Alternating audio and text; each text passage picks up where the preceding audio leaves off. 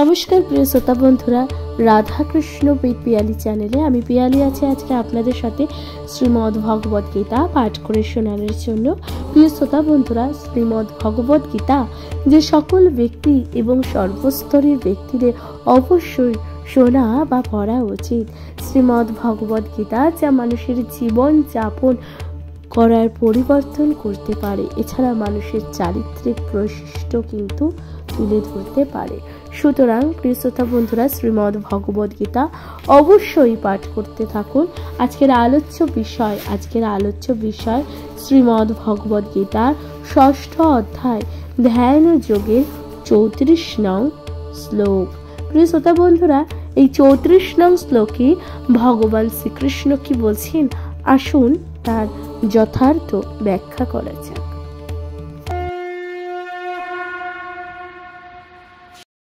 নমস্কার প্রিয় শ্রোতা বন্ধুরা, শ্রীমদ্ ভগবদ গীতার 6ঠ অধ্যায় ধ্যান যোগের 34 নং শ্লোকে ভগবান শ্রীকৃষ্ণ কি বলছেন।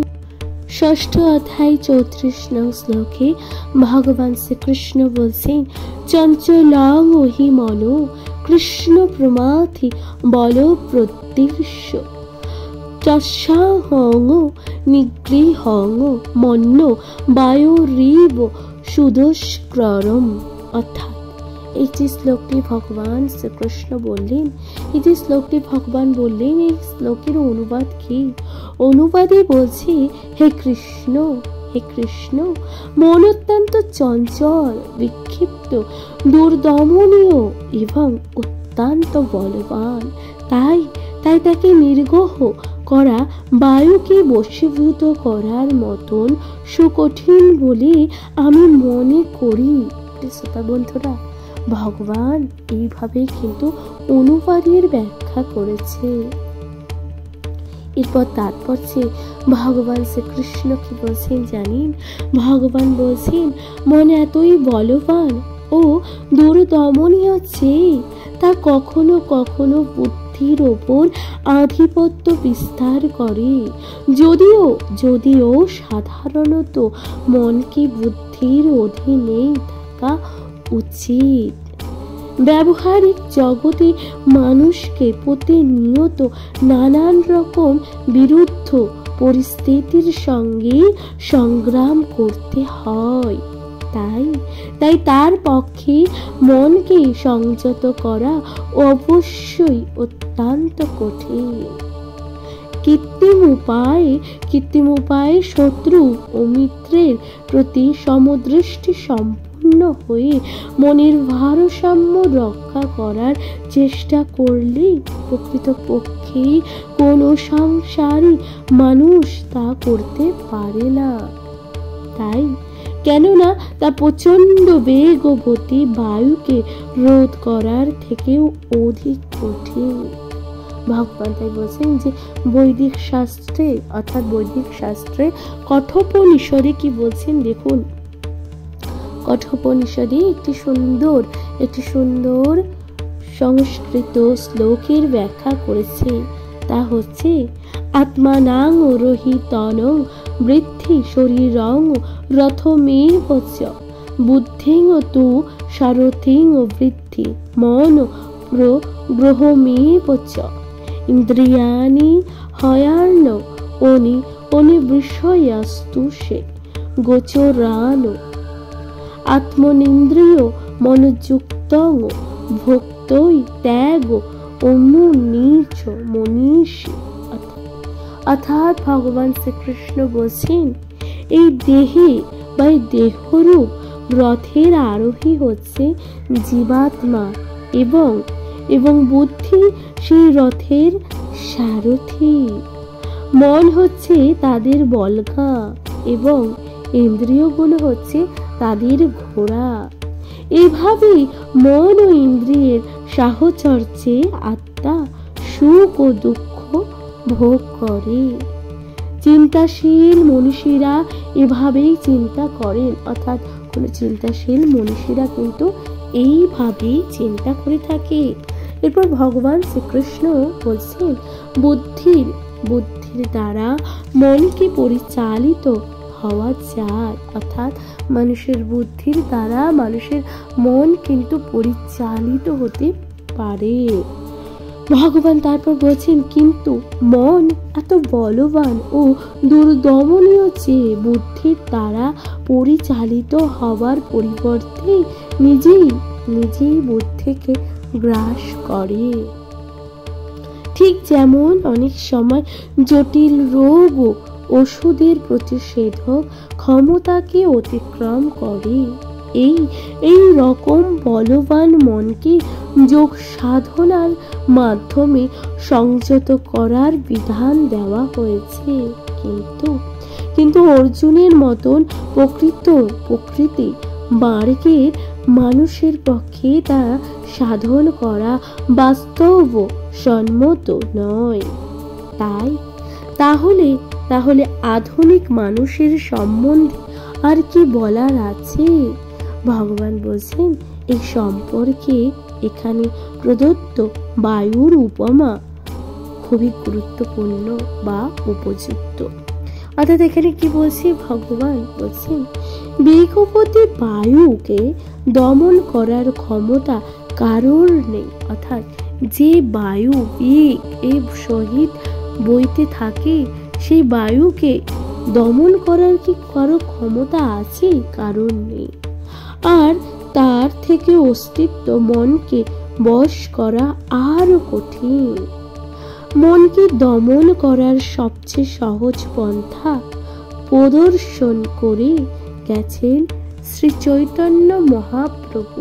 তাহলে মনকে দমন করার যে সহজ পন্থা কে অবলম্বন করেছে?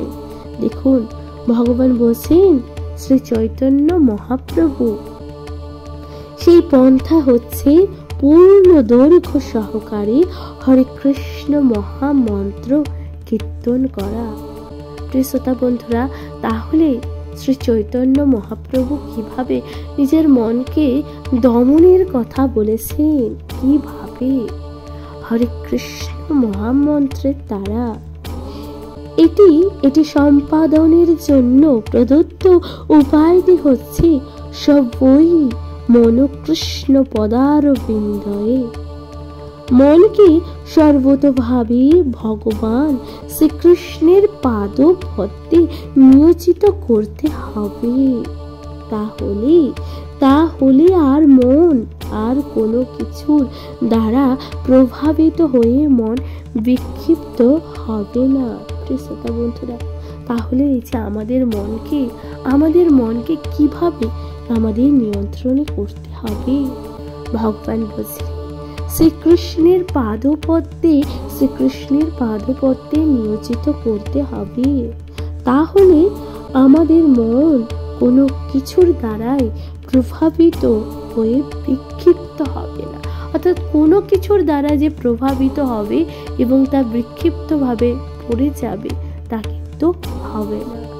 ভগবান এত সুন্দরভাবে ব্যাখ্যা করেছে। প্রিয় শ্রোতা বন্ধুরা, ভগবান শ্রীকৃষ্ণ 34 নং শ্লোকে এত সুন্দরভাবে ব্যাখ্যা করেছে। আশা করছি তা আপনাদের ভালো লেগেছে। প্রিয় শ্রোতা বন্ধুরা, এরপর শুনতে থাকুন পরবর্তী শ্লোক। ভগবান কি বলছেন 35 নং শ্লোকে। আপনারা অবশ্যই তা শুনতে থাকুন এবং আপনাদের গুরুত্বপূর্ণ মতামত দিয়ে জানাতে একদমই ভুলে যাবেন না। প্রিয় শ্রোতা বন্ধুরা, শুনতে থাকুন শ্রীমদ্ ভগবদ গীতা পাঠ।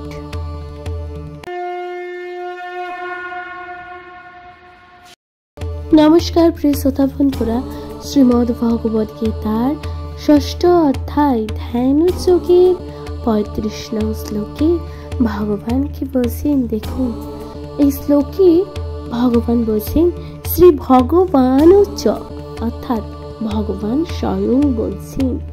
দেখুন কি বলছে শ্লোকে, অসংশয়ং মহাবায় মনো দুর্নিগ্রহং চলম অভ্যাসেন তু কন্তেয় বৈরাগ্যেন চ গৃহতে।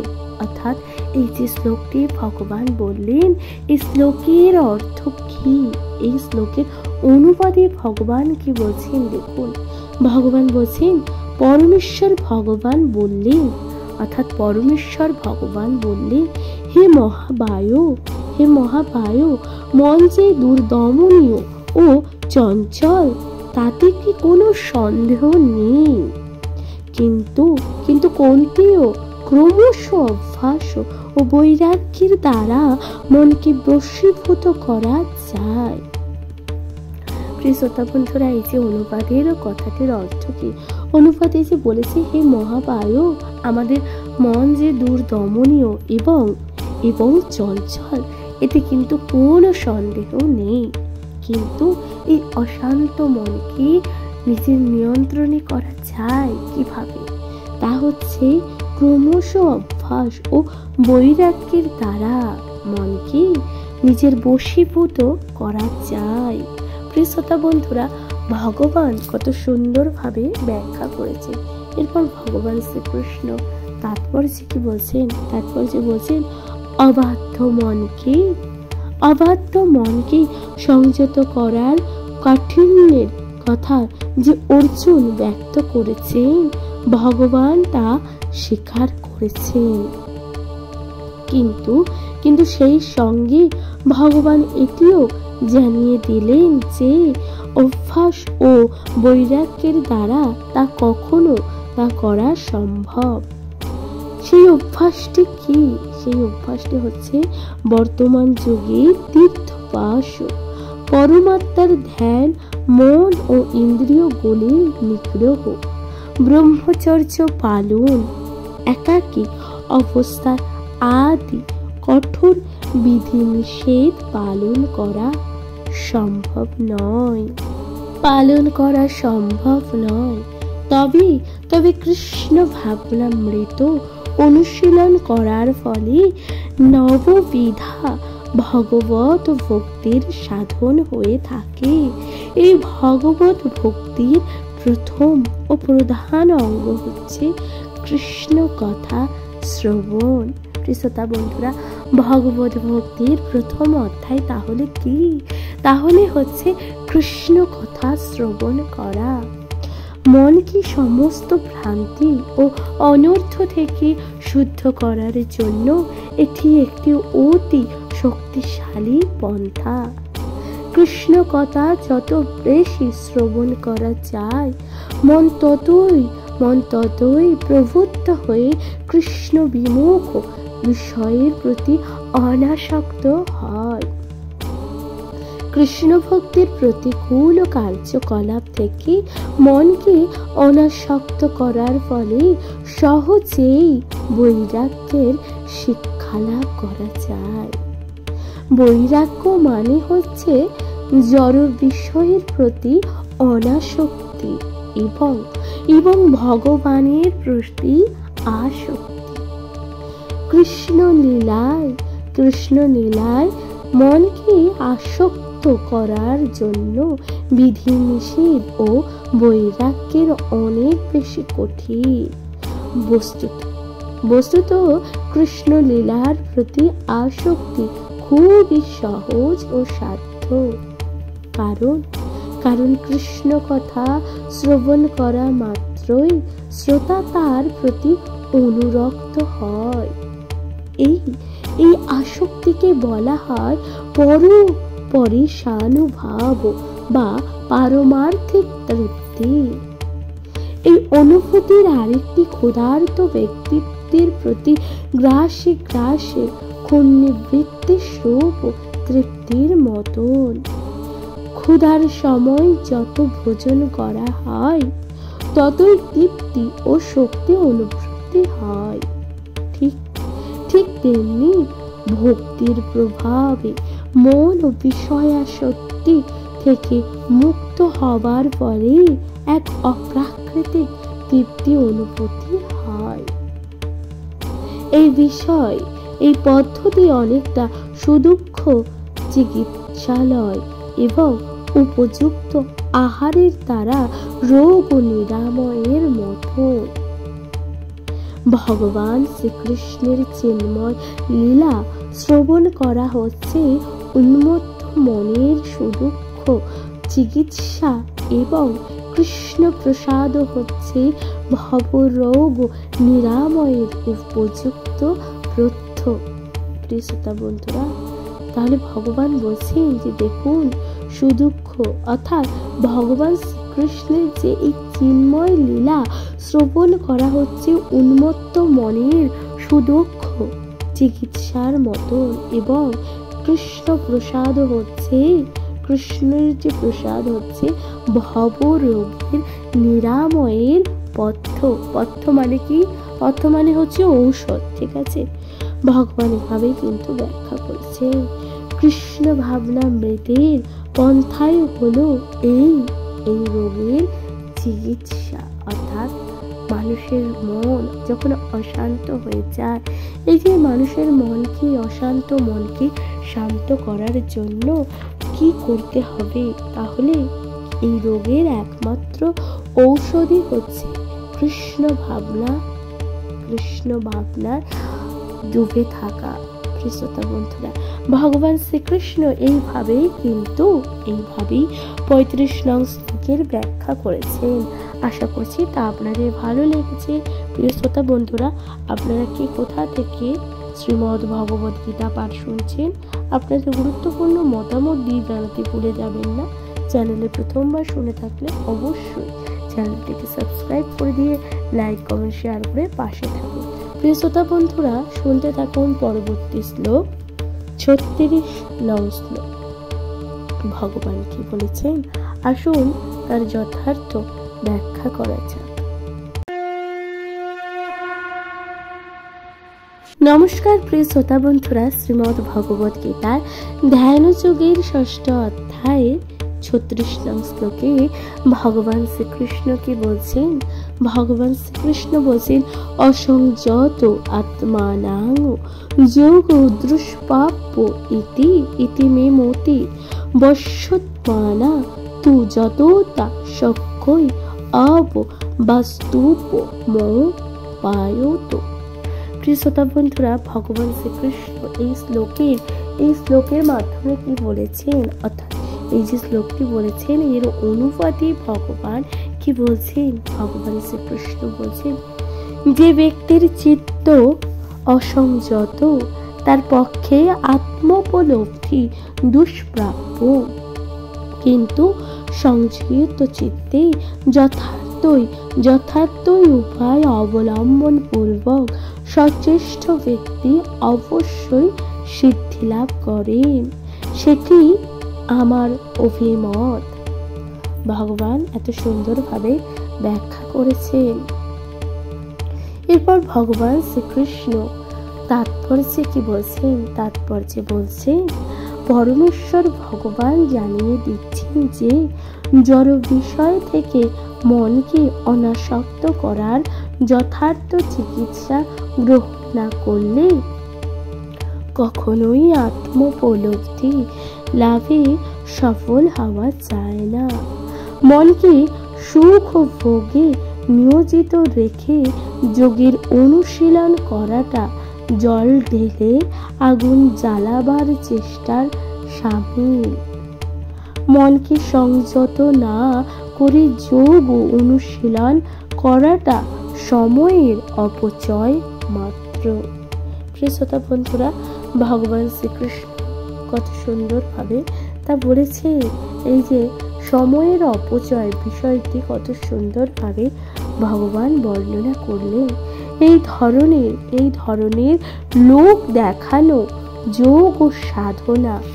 যোগ সাধনা হয়তো জাগতিক বিচারে অর্থ উপার্জনের জন্য একটি ভালো উপায় হতে পারে, কিন্তু পরমার্থ সাধনের ব্যাপারে তা সম্পূর্ণই নিরর্থক। তাই নিরন্তর ভগবানের অপ্রাকৃতিক প্রেমময় সেবায় নিয়োজিত করে মনকে অবশ্যই সংযত করা উচিত। কৃষ্ণ ভাবনামৃত বা ভগবত সেবায় নিয়োজিত না হলে মনকে কখনোই সংযত করা যায় না। কৃষ্ণ ভাবনাময় ভগবত ভক্ত পৃথকভাবে প্রচেষ্টা না করে অনায়াসে যোগ সাধনার সমস্ত ফল লাভ করেন। কিন্তু কৃষ্ণ ভাবনাময় না হয়ে যোগ অনুশীলনকারী কখনোই তার যোগ ও সাধনার সিদ্ধি লাভ করতে পারেন না। প্রিয় শ্রোতা বন্ধুরা, ভগবান শ্রীকৃষ্ণ এইভাবেই কিন্তু বলেছেন। আশা করছি তা আপনাদের ভালো লাগছে। প্রিয় শ্রোতা বন্ধুরা, শ্রীমদ্ ভগবদ গীতা পাঠ আপনারা কোথা থেকে শুনছেন অবশ্যই আপনাদের গুরুত্বপূর্ণ মতামত দিয়ে জানাতে ভুলে যাবেন না। প্রিয় শ্রোতা বন্ধুরা, ভগবান শ্রীকৃষ্ণ অর্থাৎ 36 নং শ্লোকের সমাপ্তি এইভাবেই হচ্ছে। এরপর পরবর্তী শ্লোক 37 নং শ্লোকে ভগবান কি বলছেন, আসুন তার যথার্থ ব্যাখ্যা করা যাক।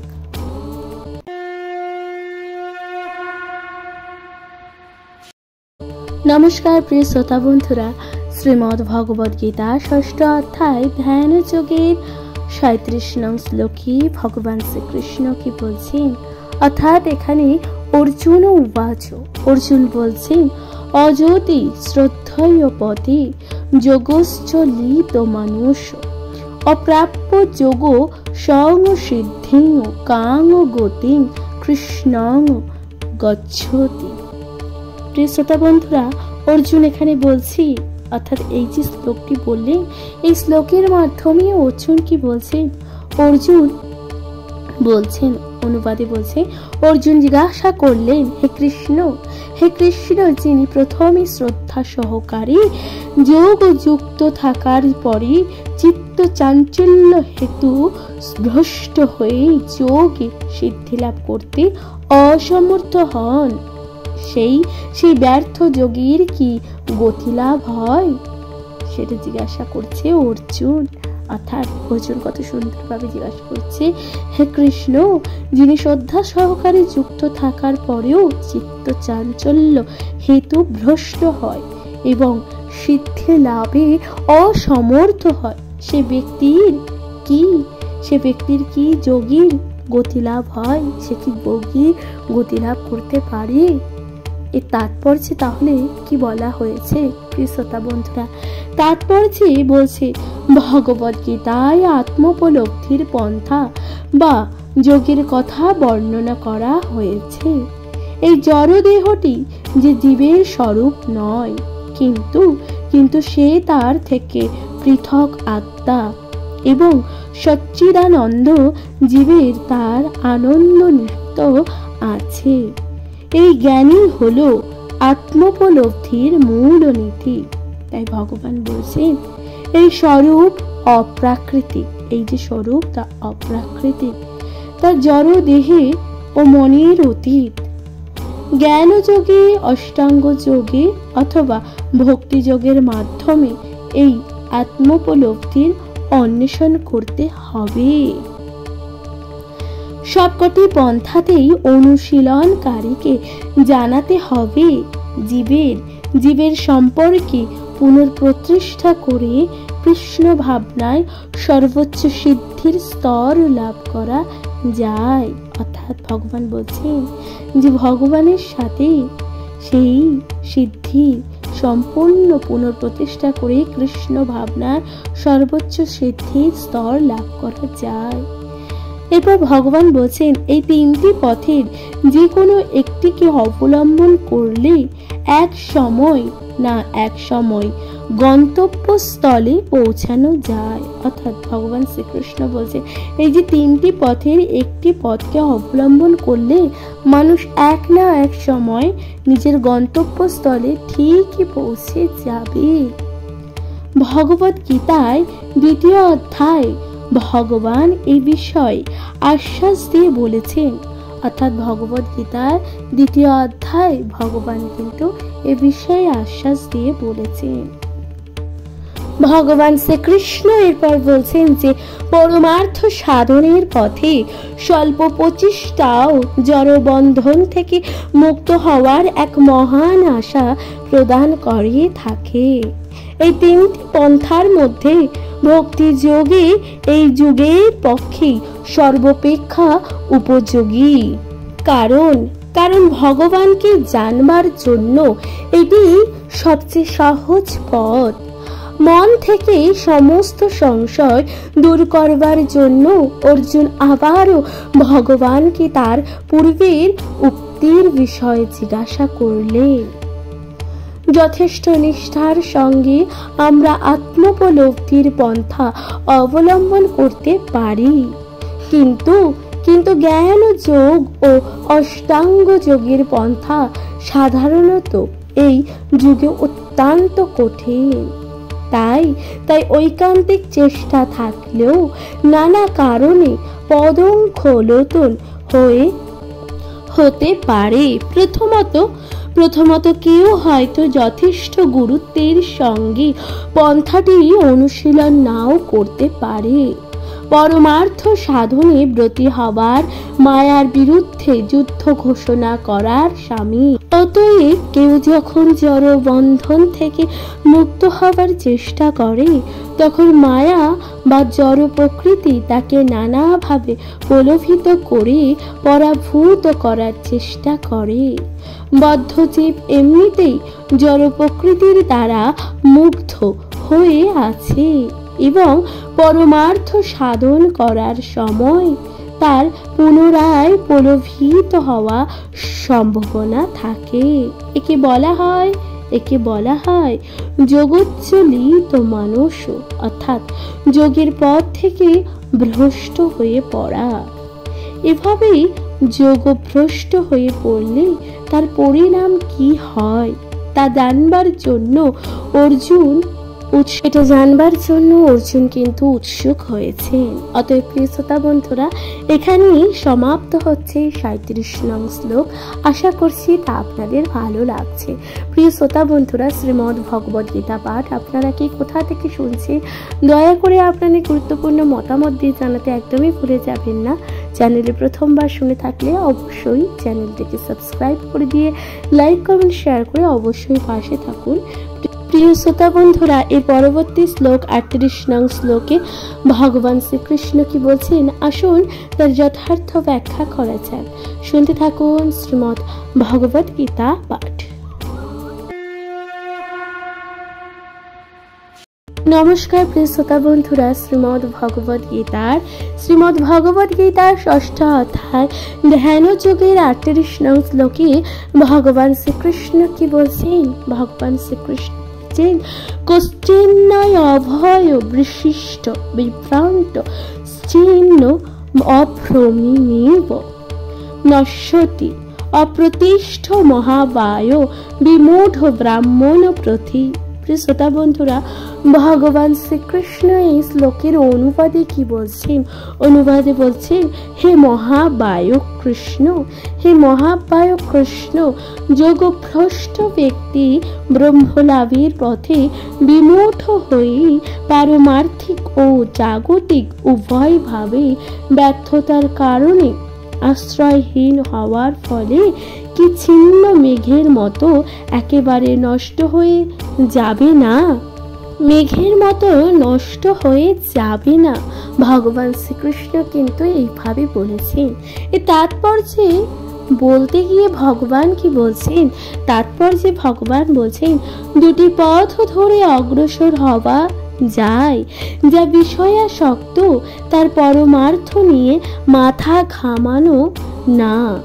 তাই তারা অর্থনৈতিক উন্নতি সাধন করে জড় বিষয় ভোগ করতে অথবা যথোচিত কর্ম অনুষ্ঠান করার মাধ্যমে উচ্চ লোকে উত্তীর্ণ হবার বিষয় অধিক উৎসাহী।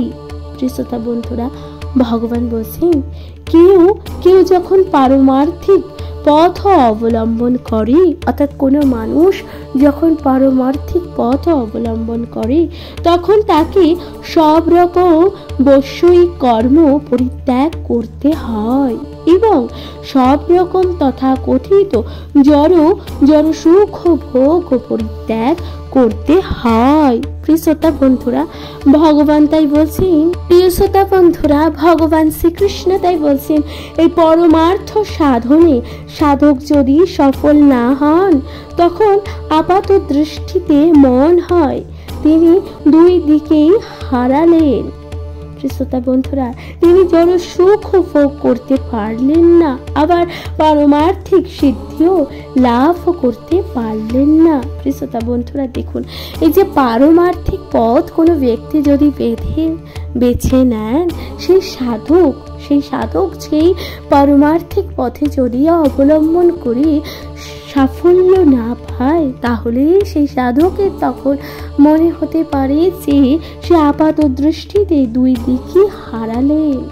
জড় সুখ ভোগ তা কিন্তু তিনি উপভোগ করতে পারলেন না, ঠিক তেমনি পারমার্থিক সিদ্ধিও তিনি লাভ করতে পারলেন না। তাই ভগবান বলছেন, তিনি যেন বায়ু তাড়িত মেঘের মতন ছন্ন ছাড়া, অর্থাৎ সেই বায়ু তাড়ানোর মতো মেঘের মতন তিনি নিজেকে ছন্ন ছাড়া অনুভব করেন। আকাশে অনেক সময় এক টুকরো মেঘ একটি ছোট মেঘ থেকে ছিন্ন হয়ে একটি বড় মেঘের সঙ্গে যুক্ত হয়, কিন্তু সে যদি সেই বড় মেঘটির সঙ্গে যুক্ত হতে না পারে, তাহলে সে বায়ুর দ্বারা তাড়িত হয়ে অসীম আকাশে হারিয়ে যায়। ব্রাহ্মণ প্রতি কথাটির অর্থ পরমার্থ সাধনের পথ, যা অনুশীলন করার ফলে উপলব্ধি হয় যে জীবের প্রকৃত স্বরূপ হচ্ছে তার চিন্ময় আত্মা। এই আত্মা সেই পরমেশ্বর ভগবানের অংশ, যিনি ব্রহ্ম, পরমাত্মা ও ভগবান রূপে নিজেকে প্রকাশ করেছেন। ভগবান শ্রীকৃষ্ণ হচ্ছেন পরম তত্ত্বের পূর্ণ প্রকাশ। তাই তার চরণে যিনি প্রপত্তি করেছেন, তিনি সার্থক পরমার্থবাদী। ব্রহ্ম ও পরমাত্মা উপলব্ধির মাধ্যমে এই পরম লক্ষ্য পৌঁছাতে গেলে বহু জন্মের প্রচেষ্টার ফলেই তা সম্ভব হতে পারে। এরপর ভগবান বলছেন, ব্রহ্মণাং জন্ম নামন্তে। তাই পরমার্থ সাধনের সর্বশ্রেষ্ঠ পথ হচ্ছে ভক্তিযোগ বা কৃষ্ণ ভাবনামৃত, যা প্রত্যক্ষ ও প্রকৃষ্ট পন্থা। শ্রোতা বন্ধুরা, ভগবান শ্রীকৃষ্ণ এত সুন্দরভাবে ব্যাখ্যা করেছেন, আশা করছি তা ভালো লাগছে। শ্রোতা বন্ধুরা, শ্রীমদ্ ভগবদ গীতা আপনাদের কেমন লাগছে তা আপনাদের গুরুত্বপূর্ণ মতামত দিয়ে জানাতে ভুলে যাবেন না। শ্রোতা বন্ধুরা, শুনতে থাকুন শ্রীমদ্ ভগবদ গীতা পাঠ। তাহলে এখানে সমাপ্ত হচ্ছে 38 নং শ্লোক। ভগবান শ্রীকৃষ্ণ পরবর্তী শ্লোক অর্থাৎ 39 নং শ্লোকে ভগবান কি বলছেন, আসুন তার যথার্থ ব্যাখ্যা করা যাক। নমস্কার প্রিয় শ্রোতা বন্ধুরা, শ্রীমদ্ ভগবদ গীতার 6ষ্ঠ অধ্যায় ধ্যান যোগের 39 নং শ্লোকে ভগবান শ্রীকৃষ্ণ কি বলছেন? ভগবান বলছেন, এতদ্মি সংশয়ং কৃষ্ণ স্থিতুম অশ্বম শ্রেয়তে তদর্ণং সংশয় শাস্য ছেত্তা ন হুপ পদ্মতে। অর্থাৎ অনুবাদে ভগবান বলছেন, হে কৃষ্ণ, তুমি কেবল আমার এই সংশয় দূর করতে সমর্থ, কারণ তুমি ছাড়া আমার কেউই আমার কোনো সংশয় দূর করতে পারবে না। তাই ভগবান এইভাবে কিন্তু অনুবাদে বলেছেন। এরপর তাৎপর্যে ভগবান শ্রীকৃষ্ণ কি বলছেন? তাৎপর্যে ভগবান বলছেন, ভগবান শ্রীকৃষ্ণ অতীত, বর্তমান ও ভবিষ্যতে সম্পর্কে সম্পূর্ণরূপে অবগত। ভগবদ গীতার প্রারম্ভে ভগবান বলেছেন যে প্রতিটি জীবই স্বতন্ত্র অস্তিত্ব নিয়ে অতীতে ছিল, বর্তমানে আছে এবং এবং ভবিষ্যতেও থাকবে। এমনকি জড়বন্ধন থেকে মুক্তি লাভ করার পরেও তাদের স্বতন্ত্রতা বজায় থাকবে। ভগবান বলছেন যে জড়বন্ধন থেকে সেই সকল ব্যক্তি মুক্তি লাভ করার পরেও তাদের কিন্তু স্বতন্ত্রতা বজায় থাকবে। এভাবেই তিনি প্রতিটি জীবের ভবিষ্যৎ সম্পর্কে বলে দিয়েছেন। এখন অর্জুন তার কাছ থেকে ব্যর্থ সাধকদের ভবিষ্যৎ সম্বন্ধে জানতে চাইছেন। ভগবান শ্রীকৃষ্ণের ঊর্ধ্বে অথবা সমকক্ষ কেউ নেই এবং অবশ্যই প্রকৃতির কৃপার ওপর সম্পূর্ণভাবে নির্ভরশীল তথাকথিত মহান ঋষি ও দার্শনিকেরা কখনোই ভগবানের সমকক্ষ হতে পারে না। তাই শ্রীকৃষ্ণের মতন চূড়ান্ত এবং সমস্ত সন্দেহ নিরসনের জন্যই সেটি প্রকৃত সমাধান। কারণ তিনি অতীত, বর্তমান ও ভবিষ্যতের সম্পর্কে সম্পূর্ণভাবে অবগত। অর্থাৎ ভগবান শ্রীকৃষ্ণ অতীত, বর্তমান এবং সম্পূর্ণ ভবিষ্যতের সম্পর্কে তিনি সম্পূর্ণভাবে অবগত, কিন্তু তাকে কেউ জানতে পারে না। অর্থাৎ ভগবান শ্রীকৃষ্ণকে কেউ জানতে পারে? ভগবান শ্রীকৃষ্ণ ও কৃষ্ণ ভাবনায় ভক্তরা যথার্থ তত্ত্বজ্ঞ। অর্থাৎ ভগবান শ্রীকৃষ্ণ এবং কৃষ্ণ ভাবনায় যে সকল ব্যক্তিরা থাকে তারা যথেষ্ট তত্ত্বজ্ঞ। শ্রোতা বন্ধুরা, তাহলে এখানেই সমাপ্ত হচ্ছে 39 নং শ্লোক। আশা করছি তা আপনাদের ভালো লাগছে। শ্রোতা বন্ধুরা, শ্রীমদ্ ভগবত গীতা পাঠ আপনাদের কেমন লাগছে? আপনাদের গুরুত্বপূর্ণ মতামতটি জানাতে ভুলে যাবেন না। চ্যানেলে প্রথমবার শুনে থাকলে অবশ্যই চ্যানেলটিকে সাবস্ক্রাইব করে দিয়ে লাইক, কমেন্ট, শেয়ার করে পাশে থাকুন। শ্রোতা বন্ধুরা, এর পরবর্তী শ্লোক 40 নং শ্লোকে ভগবান শ্রীকৃষ্ণ কি বলছেন, আসুন তার যথার্থ ব্যাখ্যা করা যাক।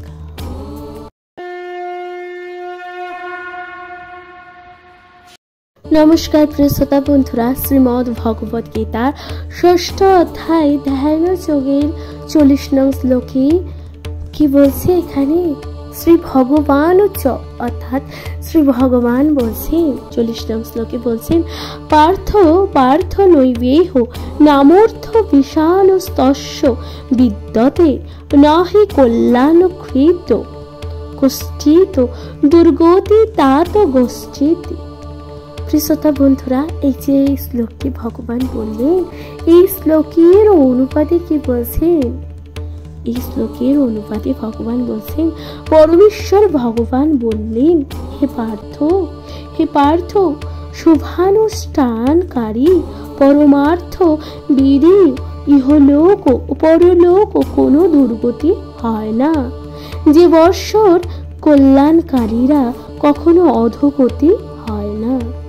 ভগবান এইভাবে কিন্তু অনুবাদের ব্যাখ্যা করেছেন। এরপর তাৎপর্যে ভগবান কি বলছেন? তাৎপর্যে ভগবান বলছেন, শ্রীমদ্ ভগবত গীতার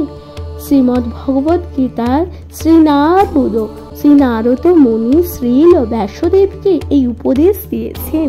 অর্থাৎ নারদ মুনি ব্যাসদেবকে কি বলছেন দেখুন, তত্তাসাধর্ম নং চরণাম্বুজ হরি ভজন ন পক্কয়থ পতিয়ত্ত ইয়দি যত্রক বা ভদ্রম ভূদয় মুষ্য কিং কোং বার্থ আপত্য অভোজ তাং স্বধর্মত। শ্রোতা বন্ধুরা, এই যে শ্লোকটি বললেন, এই যে শ্লোকটি ভগবান বলছেন, অর্থাৎ শ্রী নারদ মুনি শ্রীল ব্যাসদেবকে এই যে শ্লোকটি বললেন উপদেশ দিয়ে, এই শ্লোকটির অর্থ কি? অর্থ হচ্ছে, কেউ যদি সব রকম জড়জাগতিক কর্তব্য পরিত্যাগ করে ভগবানের শ্রীপাদ পদ্মের শরণাগত হয়, তাহলে তার কোন রকম ক্ষতি বা পতন রূপী অমঙ্গলের আশঙ্কা কিন্তু থাকে না। পক্ষান্তরে সর্বতোভাবে স্বধর্মচারণের রত অভক্তের কোনো লাভই হয় না। জাগতিক উন্নতির জন্য নানান রকম শাস্ত্রজ্ঞ ও প্রচলিত আচার অনুষ্ঠান আছে, কিন্তু কৃষ্ণ ভাবনামৃত লাভ করার জন্য পরমার্থ সাধককে এই সমস্ত ক্রিয়াকলাপ পরিত্যাগ করতে হয়। কেউ হয়তো বলতে পারে যে ভগবত ভক্তি সাধনের সিদ্ধি লাভ করলে পরমার্থ সাধিত হতে পারে, কিন্তু সিদ্ধি লাভ করতে না পারলে তার জাগতিক জীবন ও পারমার্থিক জীবন উভয় বিফলে যায়। তাই শাস্ত্রে বলা হয়েছে যে, শাস্ত্রে কি বলা হয়েছে দেখুন, শাস্ত্রে বলা হয়েছে যে শাস্ত্রের বিধান অনুসারে স্বধর্মের আচরণ না করলে তাকে সেই পাপের ফল ভোগ করতে হবে। তাই কেউ যদি যথাযথভাবে পরমার্থ সাধনে ব্যর্থ হয়, অর্থাৎ কোনো ব্যক্তি যদি যথাযথভাবে পরমার্থ সাধনে ব্যর্থ হয়, তাহলে শাস্ত্র নির্দেশিত স্বধর্ম আচরণ না করার জন্য তার ফল ভোগ করতে হবে। সুতরাং এই বিষয়ে শ্রীমদ্ ভগবদ গীতায় ব্যর্থ পরমার্থবাদীকে প্রতিশ্রুতি দিয়ে বলছি যে পরমার্থ সাধনে সিদ্ধি লাভ না করতে পারলে দুশ্চিন্তার কিন্তু কোনো কারণ নেই। এমনকি স্বধর্ম যথাযথভাবে অনুষ্ঠান না করার জন্য প্রতিক্রিয়ার অধীন হতে হলো তাতে ক্ষতির কোনো কারণই নেই। তাই ভগবান বলছেন, কারণ মঙ্গলময় কৃষ্ণ ভাবনামৃত কখনোই বিফলে যায় না এবং পরবর্তী জীবনে অত্যন্ত নীচ কুলে জন্মগ্রহণ করলেও ভগবত ভক্তির মার্গ থেকে বিচ্যুত হতে হয় না। পক্ষান্তরে মানে অন্যভাবে বলছে, এখানে অন্যভাবে কি বলছেন দেখুন, একান্ত নিষ্ঠার সঙ্গে স্বধর্মে আচার অনুষ্ঠান করলেও ভগবত ভক্তির অভাবে কোনো কল্যাণ সাধিত হয় না, তাই না? এরপর ভগবান তাৎপর্য বলছেন অন্যভাবে, এই তাৎপর্যটি এভাবেই অনুসাধন করা যেতে পারে। মানুষকে দুই ভাগে ভাগ করা যায়, অর্থাৎ মানুষকে দুই ভাগে ভাগ করা যায়। কি? সংযত ও উচ্ছৃঙ্খল, অর্থাৎ কিছু মানুষ ধৈর্য সঙ্গত এবং কিছু ব্যক্তি আছে যারা উচ্ছৃঙ্খল জীবন যাপন করেন। এই যে দুটি ভাগে মানুষকে বিভক্ত করা যাচ্ছে। তারপর ভগবান বলছেন, যে সমস্ত মানুষ পরজন্মের কথা অথবা পারমার্থিক মুক্তির কথা বিবেচনা না করে কেবল পশুর মতন ইন্দ্রিয় তৃপ্তি করার চেষ্টা করে, তারা উচ্ছৃঙ্খল পর্যায়ভুক্ত। আর যারা শাস্ত্রের নির্দেশ অনুসারে ধর্মীয় আচার অনুষ্ঠানের মাধ্যমে জীবন যাপন করে, তারা সংযত পর্যায়ভুক্ত। আর যারা শাস্ত্রের নির্দেশ অনুসারে ধর্মীয় আচার অনুষ্ঠানে জীবন যাপন করেন, তারা সংযত পর্যায়ভুক্ত। যারা উচ্ছৃঙ্খল সভ্য হোক বা অসভ্য হোক, শিক্ষিত হোক বা অশিক্ষিতই হোক, শক্তিশালী হোক অথবা দুর্বলই হোক, তারা সকলেই পাশবিক প্রবৃত্তির দ্বারা প্রভাবিত। তাদের ক্রিয়াকলাপ কখনোই মঙ্গলজনক হয় না, কারণ আহার, নিদ্রা, ভয় ও মৈথুনের মাধ্যমে পশুর মতন ইন্দ্রিয় তৃপ্তি করে সুখের অন্বেষণ করার ফলে তারা চিরকালই দুঃখময় জড় জগৎ পড়ে থাকে। পক্ষান্তরে বলা হয়েছে, পক্ষান্তরে যারা শাস্ত্র নির্দেশ অনুসারে সংযত জীবন যাপন করে ক্রমান্বয়ে কৃষ্ণ ভক্তির পর্যায়ে উন্নীত হন, তাদের জন্ম অবশ্যই সার্থক হয়। যারা যারা মঙ্গলজনক সংযত জীবন যাপন করেন তাদের আবার 3 ভাগে ভাগ করা যায়। অর্থাৎ ভগবান শ্রীকৃষ্ণ বলছে, যারা মঙ্গলজনক ভাবে সংযত জীবন যাপন পালন করে তাদের ক ভাগে ভাগ করা যায়? 3টি ভাগে। এবার সেই 3টি ভাগ কি? কর্মী অর্থাৎ যারা শাস্ত্রের নির্দেশ অনুসারে জীবন যাপন করে জাগতিক সুখ ও স্বাচ্ছন্দ্য ভোগ করছে। দ্বিতীয় ভাগ কি? মুক্তিকামী। অর্থাৎ মুক্তিকামী কারা? তারা হচ্ছে অর্থাৎ যারা জড় জগতের বন্ধন থেকে মুক্ত হবার চেষ্টা করেছেন। এবং তৃতীয় ভাগ হচ্ছে ভগবত ভক্ত। এবার ভগবত ভক্তের সম্বন্ধে বলেছেন, অর্থাৎ যারা ভগবান শ্রীকৃষ্ণের চরণে সর্বতোভাবে আত্মোপসর্গ করে তার সেবায় নিয়োজিত হয়েছেন, জাগতিক সুখ ও স্বাচ্ছন্দ্যের জন্য শাস্ত্রের নির্দেশ অনুসারে জীবন যাপন করেছেন যে সমস্ত কর্মী, তাদের আবার 2টি ভাগে ভাগ করা হয়েছে। অর্থাৎ ভগবত ভক্তি, যে সকল ভগবত ভক্ত রয়েছে তাদের মধ্যেও 2 ভাগে ভাগ করা হয়েছে। সেগুলো কি? আসুন বলছে, সকাম কর্মী ও নিষ্কাম কর্মী।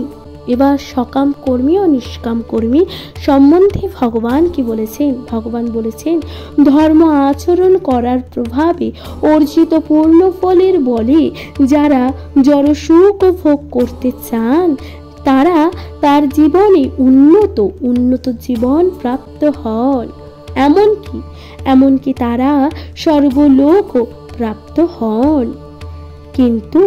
কিন্তু জড় বন্ধন থেকে মুক্ত না হবার ফলে তারা যথার্থ মঙ্গলজনক পথ অনুসরণ করেছেন বা করছেন না। জড় জগতের বন্ধন থেকে মুক্ত হবার প্রচেষ্টায় একমাত্রই মঙ্গলজনক কার্যকলাপ। এরপর ভগবান বলছেন, আত্মোপলব্ধি অর্থাৎ দেহাত্ম বুদ্ধি থেকে জীবকে মুক্ত করার উদ্দেশ্যে যে কর্ম সাধিত হয়, অর্থাৎ দেহাত্ম বুদ্ধি থেকে জীবকে মুক্ত করার উদ্দেশ্যে যে কর্ম সাধিত হয় তা কোনো মতেই মঙ্গলজনক কিন্তু নয়। ভগবান শ্রীকৃষ্ণ এরপর বলছেন, দেখুন ভগবান বলছেন, কৃষ্ণ ভাবনাময় কর্ম একমাত্র মঙ্গলময় কর্ম। এবং কৃষ্ণ ভাবনাময় ভক্তি যোগের পথে প্রগতির জন্য যিনি স্বেচ্ছায় সব রকমের শারীরিক আচ্ছাদন সহ্য করেন তিনি নিঃসন্দেহে তপনিষ্ঠ পূর্ণ যোগী। আর যেহেতু অষ্টাঙ্গ যোগের পরম উদ্দেশ্য কৃষ্ণ ভাবনামৃত লাভ করা, তাই এই প্রচেষ্টা অত্যন্ত মঙ্গলজনক। এবং যিনি এই মার্গে অগ্রসর হবার যথাসাধ্য চেষ্টা করেছেন তার কোনো রকম অধঃপতন আশঙ্কা থাকে না। প্রিয় শ্রোতা বন্ধুরা, ভগবান শ্রীকৃষ্ণ কিন্তু ঠিক এইভাবেই বলেছেন, অর্থাৎ যে সকল মানুষ এই যে মঙ্গলময় এবং এই মার্গে অগ্রসর হওয়ার চেষ্টা করেছেন তাদের কিন্তু কখনোই অধঃপতন হওয়ার ভয় থাকে না। প্রিয় শ্রোতা বন্ধুরা, তাহলে এখানেই সমাপ্ত হচ্ছে 40 নং শ্লোক। আশা করছি তা আপনাদের ভালো লাগছে। প্রিয় শ্রোতা বন্ধুরা, শ্রীমদ্ ভগবদ গীতা পাঠ আপনারা কি কোথা থেকে শুনছেন দয়া করে আপনাদের গুরুত্বপূর্ণ মতামত দিয়ে জানাতে ভুলে যাবেন না। প্রিয় শ্রোতা বন্ধুরা, শুনতে থাকুন শ্রীমদ্ ভগবদ গীতা পাঠ। এর পরবর্তী শ্লোক 41 নং শ্লোকে ভগবান শ্রীকৃষ্ণ কি বলছেন, আসুন তার যথার্থ ব্যাখ্যা করা যাক।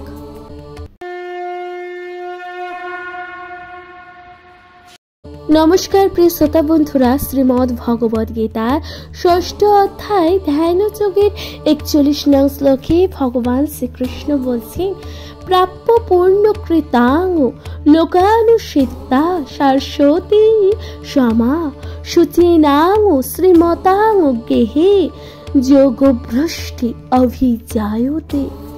প্রিয় শ্রোতা বন্ধুরা, ভগবান শ্রীকৃষ্ণ যে 41 নং শ্লোকটি বললেন, এর অনুবাদে ভগবান কি বলছেন?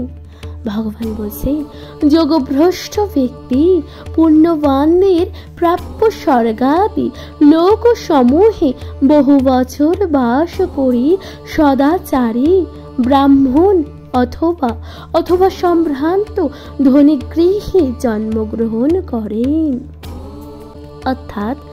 অর্থাৎ যোগভ্রষ্ট ব্যক্তি পুণ্যবানদের প্রাপ্য স্বর্গাদি অর্থাৎ স্বর্গে কিংবা লোক সমূহে বহু বছর বাস করার পর সদাচারী ব্রাহ্মণ অথবা সম্ভ্রান্ত ধনী গৃহে জন্মগ্রহণ করেন। তাৎপর্য ভগবান বলছেন যোগভ্রষ্ট যোগী দুই প্রকার, অর্থাৎ যে যোগভ্রষ্ট ব্যক্তিরা দুই প্রকারের হয়। কি কি? একজন অল্প সাধনার পর পতিত হয়েছেন, আর অপর শ্রেণী হচ্ছে দীর্ঘকাল যোগ অভ্যাস করার পর ভ্রষ্ট হয়েছেন। অল্প সাধনার পর যারা পতিত হয়েছেন তারা পুণ্যবানদের প্রবেশযোগ্য উচ্চতর লোকে গমন করেছেন। সেখানে দীর্ঘকাল নানান রকম সুখ ভোগ করার পরে তারা আবার এই জগতে ফিরে আসেন এবং সৎ ব্রাহ্মণ বৈষ্ণব অথবা ধনী বণিকদের গৃহে জন্মগ্রহণ করেন। দ্বিতীয় বলছেন ভগবান, এরপর ভগবান বলছেন যোগ সাধন করার প্রকৃত উদ্দেশ্য পূর্ণরূপে কৃষ্ণ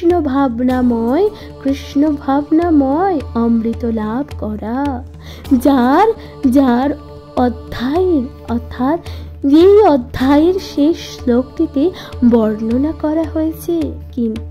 কিন্তু এই রকম বা এই লক্ষ্যে পৌঁছাবার আগে যদি কেউ মোহিনী মায়ার প্রভাবে ভ্রষ্ট হন, তাহলে ভগবানের কৃপায় তারা তাদের জাগতিক কামনা বাসনার তৃপ্তি সাধন করার পূর্ণ সুযোগ পান এবং তারপর ধার্মিক অথবা সম্ভ্রান্ত পরিবারে জন্মগ্রহণ করেন।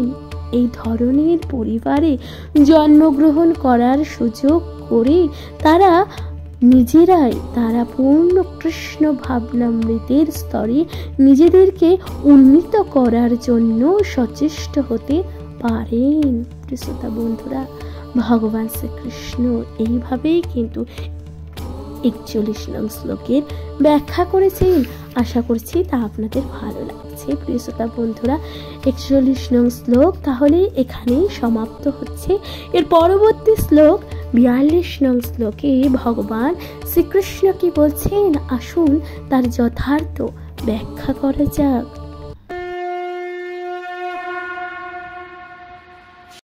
নমস্কার প্রিয় শ্রোতা বন্ধুরা, শ্রীমদ্ ভগবদ গীতার ধ্যান যোগ অর্থাৎ 6ষ্ঠ অধ্যায় ধ্যান যোগের 42 নং শ্লোকে ভগবান বলছেন, অথবা যোগী নামেব কুলে ভবতি ধীমতাম এতদ্ধি দুর্লভ তরং লোকে জন্ম যদি দৃশ্যম।